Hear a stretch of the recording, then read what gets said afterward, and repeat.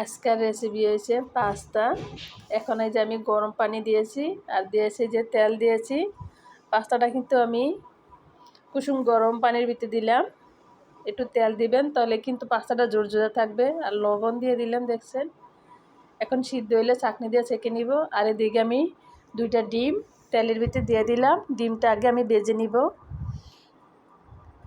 এভাবে আমি এই যে দেখছেন ডিমটা ভেজে নিলাম। এখন এই যে পেঁয়াজ কুচি, টমেটো কুচি, কাঁচামরিচ কুচি এগুলো একটু নিব এই যে তেলের ভিতরে।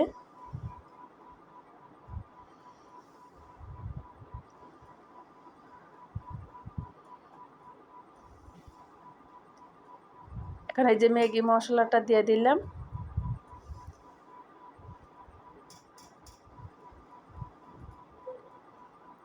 এখানে অল্প একটু লবণ দিয়ে দিলাম। আমি পাস্তার ভিতরে কিন্তু আগেই লবণ দিয়েছি, সিদ্ধ করছি। এখন সামান্য অল্প একটু পানি দিয়ে দিলাম। এখন এই যে মশলাটা আমার হয়ে গেছে গা। এখন দিয়ে দিলাম টমেটো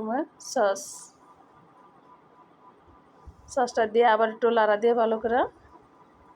এখন দেব পাস্তাটা দিয়ে দিব।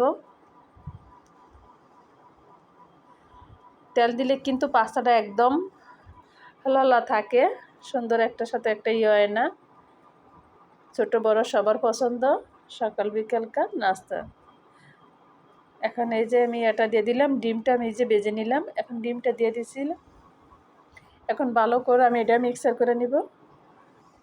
ঝটপট হয়ে গেছে আমার পাস্তা। আজকের রেসিপিটা কেমন লাগছে প্লিজ আপুরা ভাইয়ারা যাই যেখান থেকে দেখেন সবাই সাবস্ক্রাইব করবেন, লাইক দিবেন, শেয়ার করবেন, কমেন্ট করে জানাবেন।